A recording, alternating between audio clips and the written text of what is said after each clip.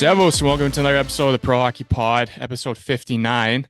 This week, changing things up a bit. I have someone who played in the major junior route and now works in the major junior route, WHL from the Prince Albert Raiders. Happy to have the general manager, Curtis Hunt, joining us this time. Episode 59. It took you long enough. I know I've been grinding away here, but now we're gonna get to it. But off camera there, you mentioned obviously you guys have just started your season. You're right get going here, so you don't have much time. So I'm just gonna try to buzz through this as quick as possible. So just you, another Canadian. You obviously grew up in Saskatchewan there. I just kind of wanted to ask first, like, what first drew you to the sport of hockey? Well, it's in our culture. Like we were in a little small town in southern Saskatchewan, about 3,000 people. My dad played little senior, and he was a referee. We could walk to the rink back then. Even at 4 and 5 years old, he'd be on the streets and he'd play shinny on the streets. We had a wooden net we made out of 2x2s and just some old chicken wire, as that was our first hockey net. But I don't know. You just go to the rink all winter, and first chance you put on your skates. And I was always a good skater, I guess, and was just lucky enough. And then when my family moved to Regina, which is the capital city in the province, a little bit bigger, probably access to a little better coaching, a little more ice. There was an outdoor rink about 2 blocks from my house, and I don't know. I just kept playing. I never really thought much of it. I just loved to play, and next thing you know, I ended up in junior and drafted. Yeah, that was actually kind of one of my questions when I was doing research there. Obviously, Elite Prospects only has so much. I was kind of curious about your minor hockey path, like where you were. You obviously just mentioned you moved to Regina there. When you were growing up playing through the minor hockey system, was it always kind of like the major junior route was always on your radar? Obviously, the WHL out there, or was back then where a lot of guys, also considering like the NCAA route? I I would say I was probably ignorant to all of it. I played. You try out. It was A, B, and C. It was the same coaches in the same area. Things have changed so much here in Canada how things are done. Um, I just played. Some years I played on two teams because there was a house league group, and then there was, I guess, rep hockey, as we might call it now, or club hockey. So I remember playing. We There's AAA team in Regina Pat Canadians. I think it's a well-known team here, at least in Canada. They've won some Air Canada Cups. They've won some TELUS Cups, which is called now. Um, I was a cut from them. I was the last cut on that team and went back to play just midget provincial hockey. And 2 years in a row, I ended up getting cut. And my team won. My second year, we won everything. Every tournament we went into, we ended up winning the province, and that was as far as we went. And I got an invite to come to Prince Albert, the training camp. I'd had invites to go to Junior A uh, tryouts in Melville or Yorkton, Estevan, Weyburn.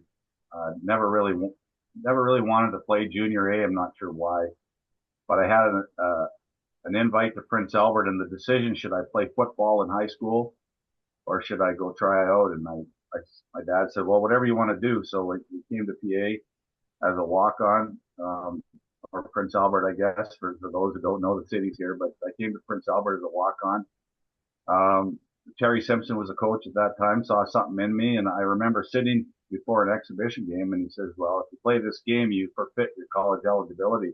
I didn't know anything about that. And I was a good enough student, I guess. I probably could have gotten a scholarship, but I just said, hey, I want to play. And as it turned out, it was a great decision. Our team won the Memorial Cup that year, captained by Danny Hodgson, who captained the World Junior team. We had Emmanuel Viveros, who's one of our better defensemen. We were loaded on the back end with toughness. Kenny Baumgartner played on that team, and David Manson, a couple NHL enforcers. And Dave Pazine, I know, has spent a ton of time in Europe with the NHL first rounder of Boston, and Pat Elnick. And it was kind of the stepping stone. The next thing you know, I woke up and I was drafted. And it was, I think about it now as a whirlwind, but I just played. I didn't overthink it. I didn't worry about yesterday or today. I was just happy to come to the rink every day. And funny thing, you always think you're getting cut. Back then there was only 9 teams in the Western Hockey League, so you came every day and you just hoped like hell you didn't have to go see the coach for any reason.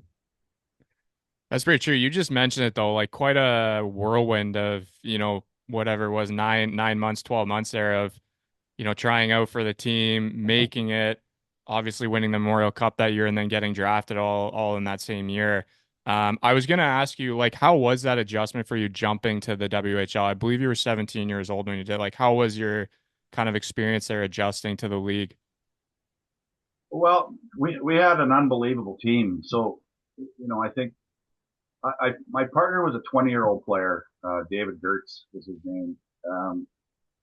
And he was like a coach mentor for me. Like, if you made mistakes as a young player, which you do, he was so good on the bench, just kind of made sure he could calm the nerves.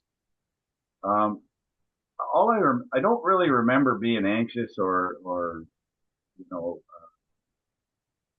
or even afraid. I remember, you remember your first fight, you take a couple and you learn real quick there. You always remember your first goal. Um, but I just remember the biggest thing for me is I've always just believed in team. Being part of that team was so important to me. Standing up for teammates was important to me, whether it was against other opponents or even push back with coaches as I grew older and matured. But it's funny, other than thinking you're going home every day, you just came, you put your head down, you went to work, just tried to get better and had as much. I remember it just being fun. And to this day, I don't think I've worked a day in my life in this game. Then there's some ridiculously long hours and long drives and late nights, but it's never felt like work.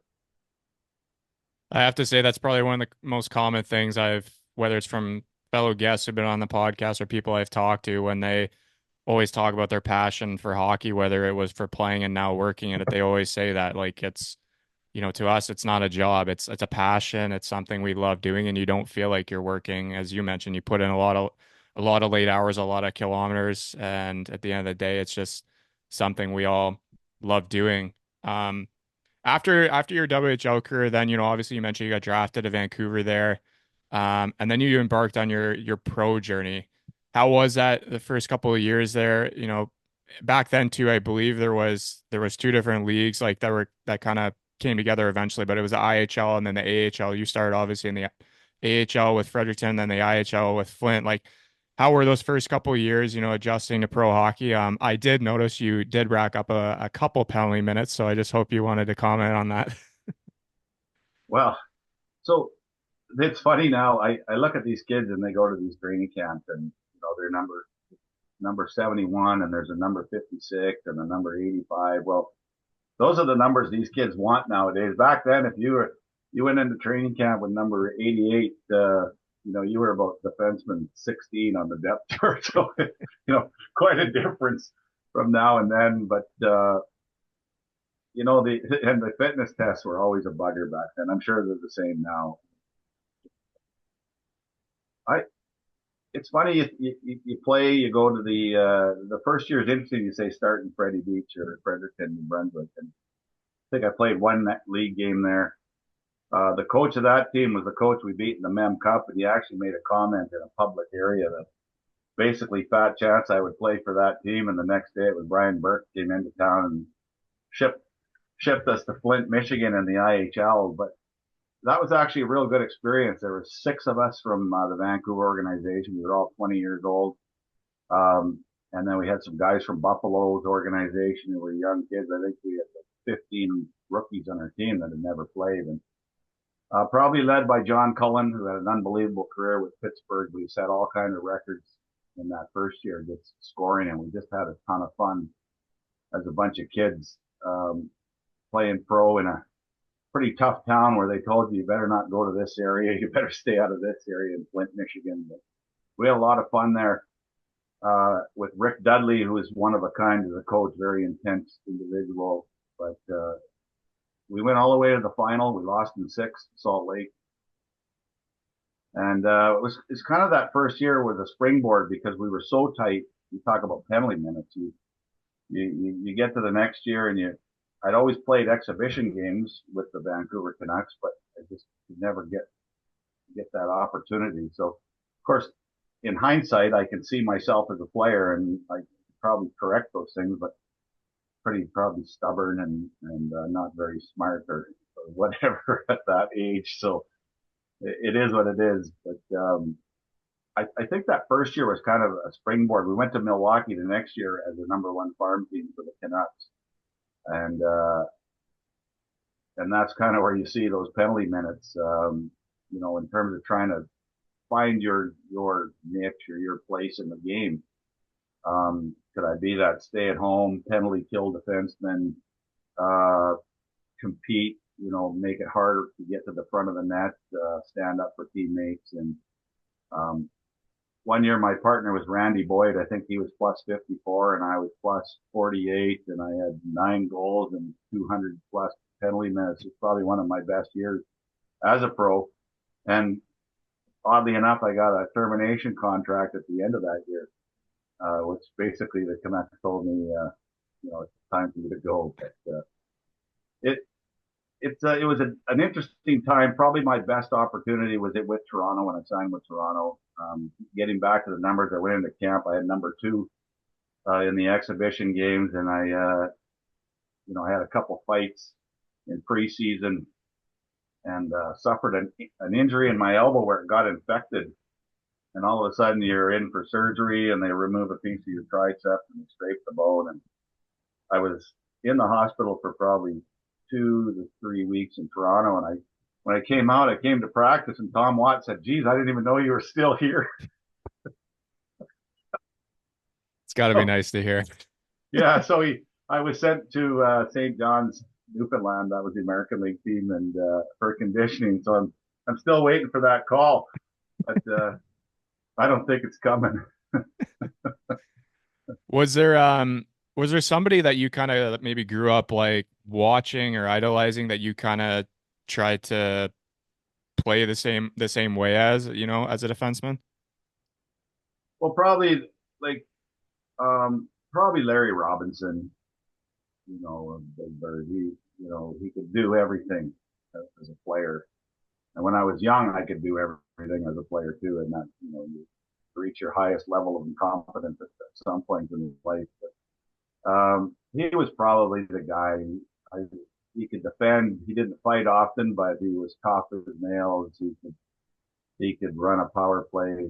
I think that's a guy I would probably recognize as someone I'd try to model my game after until the coach couldn't. And you ended up playing 8 years professionally, which, going back to what you said of, first year WHL, just trying out, wasn't sure if you're going to play hockey or football, to end up having a long career like that. Did you know when you were going to retire that you wanted to get into coaching right away? I feel I got really lucky. So I played after that termination year. I ended up going to Flint. I went on loan, and Dave Allison was the coach there, and Dave Dave had been a mentor in Milwaukee the year before, so he would help out with injured players. So if you missed a game or you extra skate or those kind of things. So I got to know Dave a little bit the year before in Milwaukee. He was the head coach in Albany the next year. And we folded at Christmas. Well, I happened to be the player rep, and it was an interesting scenario because we had NHL contract players who were getting paid, and then we had free agent independent players that were signed by the club that sometimes weren't getting paid or were getting paid late or their checks would bounce, and so the PHPA at the time, Professional Hockey Players Association, was monitoring the scenario, and we would vote in the morning before games whether or not we would play. And so the league mandate is you need 14 to play. So 9, 5, and one goalie, or 9, 4, and one goalie, 9 forward, 4D. And so I would run those meetings and then report to Dave. So I kind of got to know him at kind of the business end of hockey as well as as well as the hockey part. So we would vote, and it would be close, but the guys like I always think players love to play, and we had guys who weren't getting paid, and they have families and kids, and let's play. And so we hung in there, and I don't think it was Valentine's Day, but we called it the Valentine's Day Massacre. Was the time we folded, and our team folded, and guys scrambled. The neat thing is everybody got a job, but for me, it was kind of the beginning of a relationship with Dave Allison. Uh, and so, and I'll just back up a little bit. So when I played in Newfoundland on the Rock, it was Mark Crawford and Joel Quinville were the first two coaches. Then when Joel left, uh, it was Rich Chernemas, and Rich was a forward. So at the end of practice, I was our captain. You know, we do drills like forwards will do cycling and things like that, and D will do shooting or breakouts, and I would run the D end of it. Mark Crawford would task me some of that work. So that was before Albany. After my career and a career injury in Houston in the IHL as an independent team, and I was packing up. I was going to school.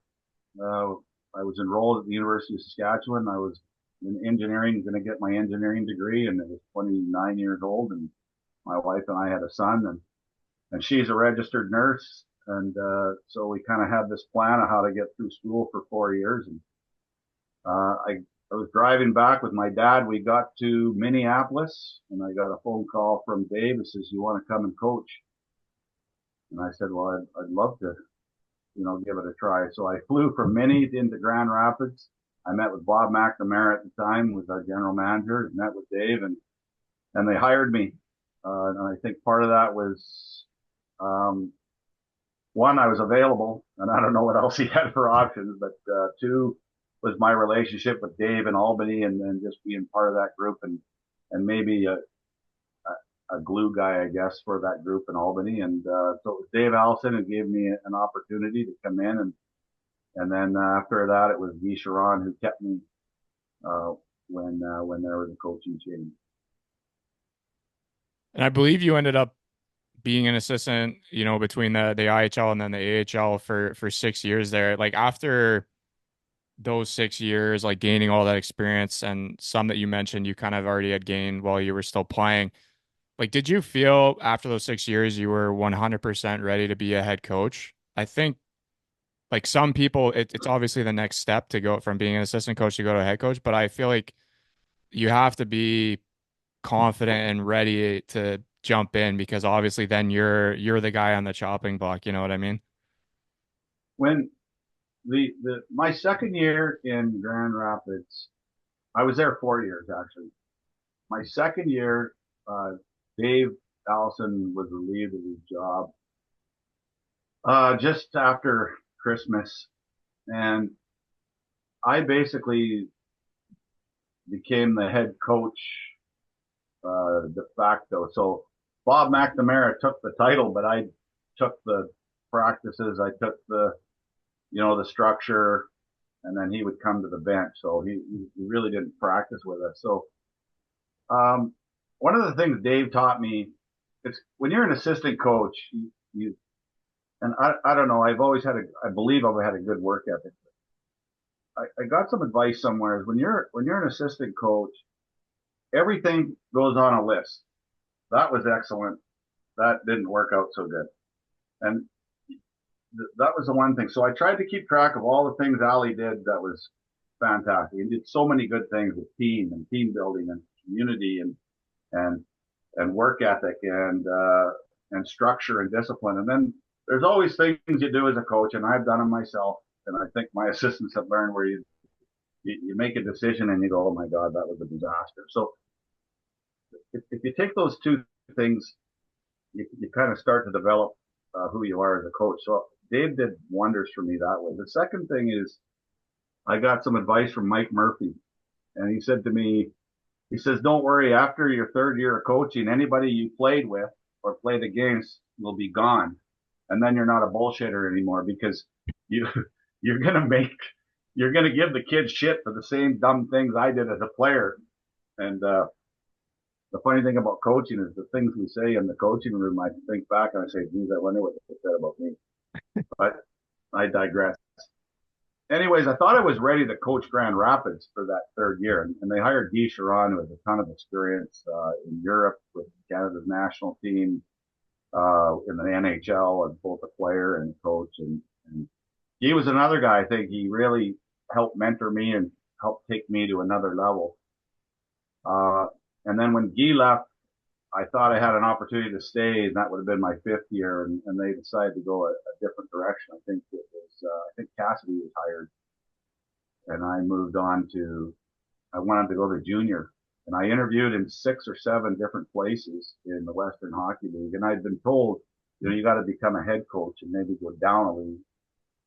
And so, um, I couldn't get a job, and it was the Saskatoon Blades owner who I interviewed twice with him for his job, and he gave me a pass to watch games, so I could continue to watch games throughout the year and just be around the rinks. And so I would send them scouting reports from Regina, and I went back to school.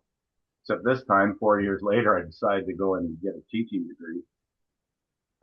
So I'd gone back to school for that season, and it was Ralph Schmidt, rest in peace, who was in Moose Jaw at the time, and he I'd been out of coaching. I tried to volunteer with the university team, and they told me they didn't want me. I tried to do some bantam scouting, which is the little guys with the WHL draft. But I wasn't very good at that, and so all I did was scouting reports for the WHL team for the Saskatoon Blades.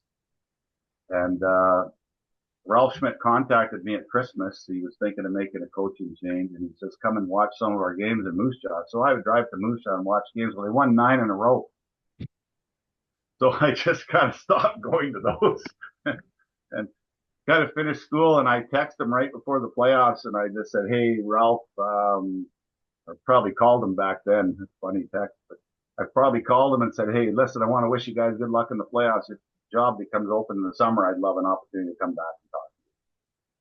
And he phoned me 3 days later with 3 games left in the year, and they fired their coach and they hired me, and we lost the first, or we won the, what was that? We lost the first one.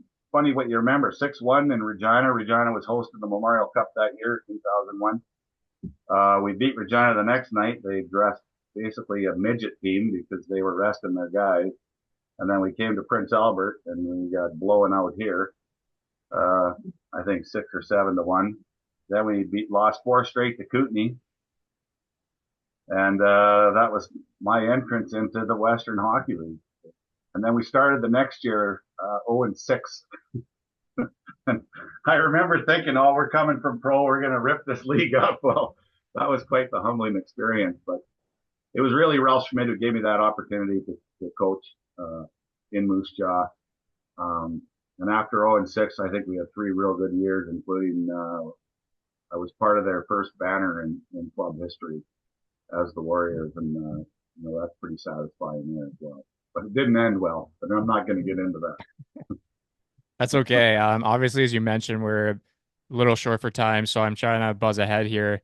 One thing I thought was cool in your career, what you've been able to do is you've been able to coach we all know it as a Canadian, the World Juniors. Like you've been on the coaching staff there, and looking at the years that you were there, I mean, you had some absolutely stacked Canada teams. How was that? Were those experiences for you? Obviously, I believe you won 2 golds in your time with them, and obviously, I can remember some of the crazy, crazy moments. Gord Miller calling them on TSN, those obviously come to mind. But how was it for you, like coaching also on the international experience, getting to represent your country?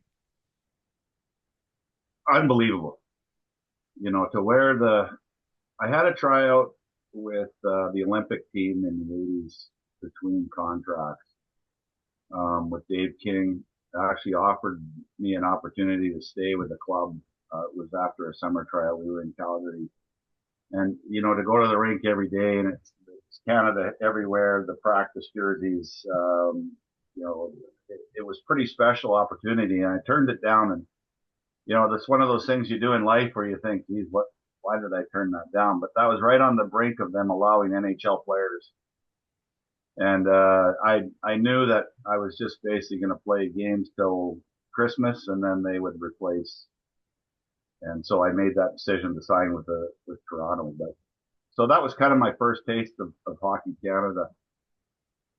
We didn't make the playoffs my first year coaching Regina Pats. We had a really young team. It was a long year, and they invited me to coach the World Championship team under 18 in and I want to say it was in Český Budějovice in the Czech Republic. I hope if I butchered that, I apologize. Um, so we went across, and that was the Americans beat us in the gold medal game, won the silver. And that's Canada usually doesn't have its best just because of the WHL, the OHL, and the few are still playing in the playoffs. So it's usually the end of the first round, but it really did give us a taste of kind of what was to come and what was ahead. So I did that tournament with the silver. Then I did the Ivan Halinka that summer. We won that in the Czech Republic. What I like about that is we scored a shorthanded goal 5-on-3, and it was my defenseman from Regina, Logan Pyatt, who scored it, and that was turned out to be the game winner. And again in the Czech Republic, and the building was full. I think we had a police escort to leave the building, but it was just an unbelievable experience. And then the next summer, after Canada had won in North Dakota, Canada had won in Vancouver, and Craig Hartsburg was the assistant coach to Brent Sutter in Vancouver. And then I joined that group, and all those, they were a young team in Vancouver, but they played with a ton of moxie and a ton of structure and a ton of grit, and won that gold. And then we went as a group to Sweden, and Canada hadn't won gold in Europe in over 10 years. And so that's kind of what made that special, was one, the first one, which was us beating the Americans in that crazy shootout game with Jonathan Taves. And certainly they had their share of high end players. Um, and then the next year to go back and win again in the Czech Republic, uh, for four in a row for the country, or five in a row. Or it was four in a row because Canada won again the next year in Ottawa. But it's pretty special being part of that.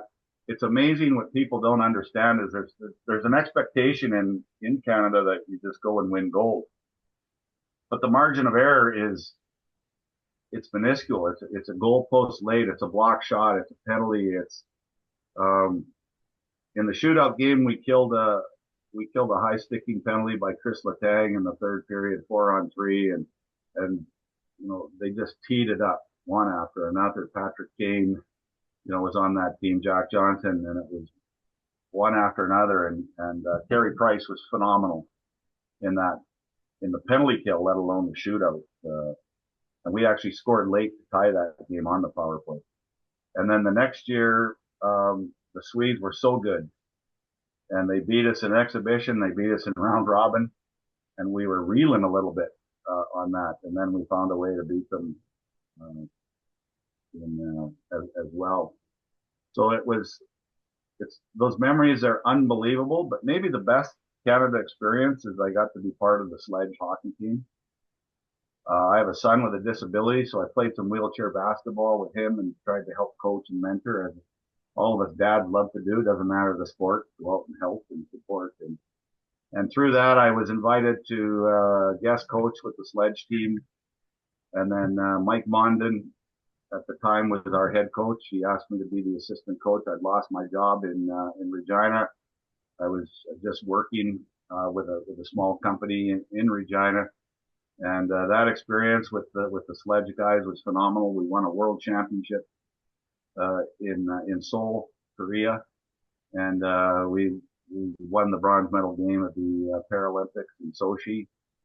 And the commitment and work of those players was second to none, and it's one of my prouder moments as a coach to be part of that group as well.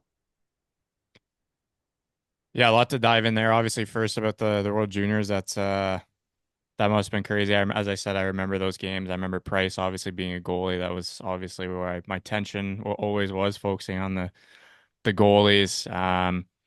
You mentioned like there's been times when you've been out of work. I think that's normal in the hockey business, but you've been able to. I believe you're going into your 10th season as the general manager there in Prince Albert, and um, just curious, like as a general manager, like what types of players like are you looking for, like, and what times are sorry, what type of teams are you trying to build? Like, what are the core values that you try to instill in your franchise? Um, well, we look for good people, and it starts like trust. Like to me, trust is paramount in any relationship, whether it's two friends, a husband, a wife, any couple, a coach, a general manager. Like trust and trustworthiness. You know, you care about me as a person. Um, are you committed to excellence? Uh, and are you prepared to bring your best every day? I think we try to find good people. Like the number one thing is you got to care, and you got to care about something bigger than just yourself. And it's a fine line because the game's a team game. Yet at the same time, there's no individual success without team success. And that old mantra that when the team does well, the individuals will do well. It's so true, and it's still true. Um, and so, like to me, we look for we try to get good people, which I think we've accomplished. We've got an unbelievable group here in Prince Albert. The second thing is, at least with the game itself, you're looking for compete guys who will go to the wall, guys who will block shots, guys will take hits to make a play, guys will, you know, stretch to chip a puck out or go through the tough areas around the front of the net where, there's a little nasty business and try to tip pucks or get deflections. Just that relentless pursuit. And then, of course, we're looking for game sense. Can you think the game out? Andy Murray said to me once that the thing he looks for is try to see the game through the other player's eyes. What does he see? What does he need at the time when he has the puck? Because he might be open, but if you're back to the middle and you're in the fight for your life for a free puck or a 50-50 puck, you're not going to be able to make that play. So where do you got to go to support? So we really look for game sense and the ability to understand the game at a kind of a higher level than just the 6 inches in front of us. And then of course today's game is built on speed. It's unbelievable how big and strong and how fast the athletes are today. I think they train so much better than we are. I think the funny thing about skill is everybody has skill and they can all dingle dangle around pylons and sticks and whatnot, but it's finding skill in traffic. When you get scuffed up a little bit, are you still able to make a play under duress? When you get a puck and turn back and protect it, it isn't about going through someone's leg so much, but maybe the ability to put it in space where someone can't get it. So, ideally everybody has those attributes. You have a little bit of everything, like a good buffet on your team. You need characters, and you even need guys who push the envelope a little bit in terms of rules. Like that. I think it's all important. But that's kind of that's probably all of us in the same note. But that's kind of what we want to be. We want to know that you're coming here to Prince Albert or we're coming to town. It's on. We might not have a lot of talent, and we haven't some years, but our guys, we like to believe, go to the wall for each other, and you're in a dogfight when you play the Prince Albert. No, I 100% agree with that, and that's a great way to build your teams, and it's a great identity to have. Um, Two more quick ones for you here, and I'll let you get going. This one's kind of similar to what I just asked you, but it's more about like how do you pick your coaching staff? Because obviously, as you know, like so many people play and then believe they can be a coach after they want to come to the WHL, OHL, QMJHL, whatever, because they play in the league. So how do you separate maybe the applicants and then evidently end up choosing the right fit for you? So one of the things I've done today was as just just understanding your blog just by my own research is like my journey, and I dropped I dropped a few names along the way, and the reason I did is because you take a little piece of everybody along the way, and so it's I always say my success is reflective on those people that have coached me, even coaches I didn't like, or managed me, or gave me a chance, or dropped a secret here or there that just kind of resonates in your head. So when you when I go to pick a coach, so our first coach here when I got the job was Mark Habshire, and Mark's a tremendous coach. I think he just came back from Europe, as a matter of fact, but took us to a Memorial Cup after 4 years. Been to a Memorial Cup with Kelowna. He's been in Boston. He's got some pedigree, but also a long line of mentorship. So I inherited Mark, and when he decided to move on and go to Europe, we brought in Jeff Truitt. And Jeff has a track record going back to the 90s when he started with I want to say Camrose and going to a championship or an RBC Cup.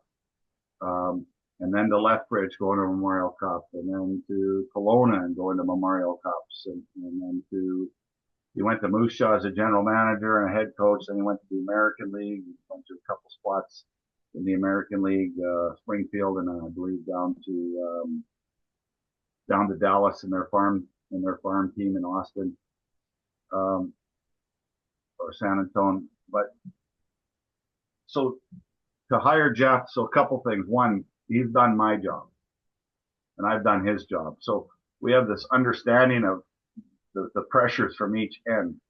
The second thing is, who are the mentors in his life? What kind of success does he have? This is a hard one. How do you determine if someone has adapted to the current player? Because the interesting thing about junior hockey is we get older, the kids stay the same age just because of natural attrition. They're gone at 20. So today's player is different than 5 years ago. It's different than 15 years ago. So how do we continue to try to connect to the player, today's player, versus, a player he might have coached in 1999 or 2010 maybe. So kind of in that process, it's communication. We talked. I've got kind of a couple laundry lists of, who are you as a person, and then what do you believe in as a coach? And I think we were lucky that Jeff chose us to come here. I think, you get a coach like that, he's got options. And then with assistants, we do something unique, I think, here in Prince Albert, is we do a mentorship. As I mentioned, Dave Allison was a mentor in Milwaukee as a player. And it was a conversation I had with a gentleman who runs some academies out here in Western Canada by the name of Mark Maloney. And, so we brought in Ryan McDonald, who is our assistant coach right now. Now, Ryan was coaching Bantam hockey. Then he moved to midget AAA hockey here in Western Canada in a little town about 60 miles down the road, or 100 kilometers down the road. And we asked him to come during that COVID year, we had this little bubble where we played. We asked him to come in as a mentor, and lo and behold, 2 years later, he's our assistant coach. And we have this mentorship program. And then since then, we went through kind of the interview process with Connor Yanni, whose dad's pretty well known in the hockey industry. Played with Chicago, coached in Chicago. Trent Yanni now coaching with the LA Kings. So his son played a little bit of pro, went to school, got his degree, went to the working world, decided he wanted to coach, came from the Eastern League, or the one of the leagues down in southern United States. And so we went through the interview process. Now we brought him on a mentorship program as well. So he's works with us. He does some stuff with an academy here in Prince Albert. So I'm not sure I answered the question, but it is about, the person. It's a little bit about your history. It's a little bit about your communication. Some of it's gut feel. I've made mistakes in the past with guys. And then some of it's just, communicating to those people that, everybody puts on their resume the guys that I want you to talk to. If it was up to me, you could call my mom, and you'd probably hire me every time. but it's doing a little work to find out, who didn't I get along with, and maybe talking to that person, and hopefully there was a reason we didn't get along, but there was a reason that I was part of that group too. So that's kind of a convoluted answer, but it seems to make sense and it seems to have worked for us here. Yeah, I mean, I really have to say I like appreciate and have a lot of respect for this mentorship mentor program that you guys are doing there. It's because it's almost like here's your chance to get your foot in the door. You can learn, and then we can see if it's a fit. You can see if it's a fit for you, kind of thing. And I feel a lot of people these days just expect, hey, I played or and I've done a little coaching, I should immediately get the job. Where it's like, no, actually, you need to get your feet wet here. You need to learn how it is here in Prince Albert or wherever you may be. Then we figure out if it's the right thing to do. So I actually have a lot of respect for that. I did something similar in Germany where I worked my way up, and um, it's a grind at times for those people because obviously you're not making the big bucks, but at the end of the day, it is worth it down the road. Last one for you here. I always end on this one. Um, what is one piece of advice or multiple piece of advice you might give the younger generation? um, in hockey or out of hockey, if you find your passion, chase your passion, you'll never work a day in your life. True words never been spoken. And I'll just back this up with, and I'm not sure where I saw this or read this, but it's mine now. That's the way it works in hockey. Once I steal your drill, it's mine. I just may rename it, but I love this. Make hard work fun. Get better today. Now that doesn't mean hockey. It doesn't mean anything. Make your bed or brush your teeth or comb your hair. Just get better today at anything, because that's just self confidence. It's just feeling good about yourself. And the third one is the most important thing I tell young players, especially: don't beat yourself up. There's enough of us out there ready to do that. Don't beat yourself up. Find a way to let it go, move on, stay in the moment, play in the moment. Oh, that was There some you go. great advice. As I mentioned off there, obviously you guys have a fellow German player on the team. I've scouted him a couple times, so I'm curious to see how he does this year for you guys when he gets back there from Buffalo. I'll be following you guys. Appreciate you taking the time. As you mentioned, you guys are just getting started, so you guys had a pretty good weekend there, and I hope we can stay in touch. And again, thank you so much for doing this. Well, two things. One, we had the German player here. Let's not forget that. Leon Draisaitl was a big part of the Prince Albert Raiders. And then, yeah, Norwin Pinoka for your fans. Norwin's one of ours. He's on his way back from Buffalo eventually here, and we're excited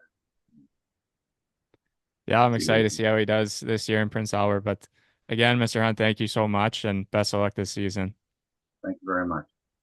And for those listening, until next week, choose and ciao.